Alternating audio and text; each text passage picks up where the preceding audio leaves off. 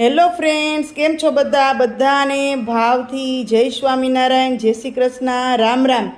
તો આજે ગણેશ ચતુર્થીને દિવસે સરસ મજાનું એક સારું કામ કરી નાખ્યું કે મારા છોકરા માટે સરસ મજાની ટૂનવાલ ગાડી લીધી છે.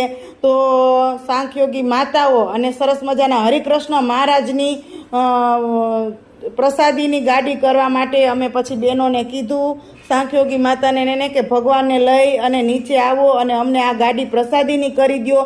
એટલે સરસ મજાના મંત્ર વિધિ સાથે અમારી ગાડીને સરસ મજાનો હાર પહેરાવ્યો સાંખ્યોગી માતાઓએ, અને સરસ મજાના મંત્રો ઉચ્ચારથી અને એના ભગવાન હરિકૃષ્ણ મહારાજ, આપણા કહેવાય, બધાયના કહેવાય, કે હરિકૃષ્ણ મહારાજને ગાડીમાં બેસાડ્યા અને એને સરસ મજાની પ્રસાદીની ગાડી કરી દીધી. આજે બહુ આનંદ થાય છે કે જો આજનો દિવસ બહુ એટલે બહુ કહેવાય ને કે આજ શુભ કહેવાય કે આજે ગણેશ ચતુર્થી છે, અને ગણેશ ચતુર્થીને દિવસે આવું સરસ કાર્ય થયું તો આનંદ તો થાય જ ને.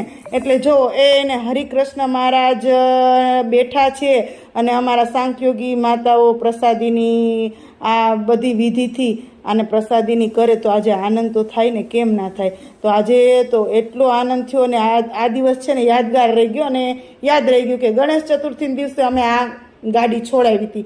અને અત્યારે છે ને હવે આ છોકરાઓ ભણતા હોય ને એટલે આ જવા આવવાનું ટ્યુશનનું, એટલે ગાડી લેવી પડે. શું કરીએ, હજી એટલા બધા મોટા નથી થયા પણ તો અત્યારે હજી એવા નાનાય નથી, એટલે ગાડી લીધી અને બહુ ખુશી થઈ.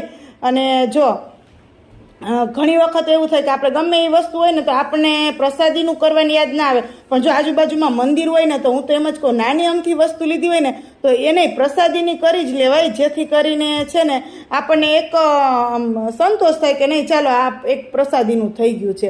પછી એ પહેરવાની વસ્તુ હોય કે વાપરવાની વસ્તુ હોય કે ગમે હોય, તો ચાલો આજના દિવસે ખૂબ આનંદ થયો બધાને. જય સ્વામિનારાયણ.